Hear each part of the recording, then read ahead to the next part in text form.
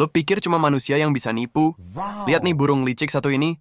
Burung ini bawa uang di paruhnya. Seorang pria penasaran dan pengen ambil uangnya. Tapi burungnya nggak mau. Akhirnya si pria nawarin barter. Seekor ulat, makanan favorit si burung. Burungnya pura-pura setuju. Yeah, boy. Pas ulat dikasih, dia ambil ulatnya, terus kabur bawa uangnya juga.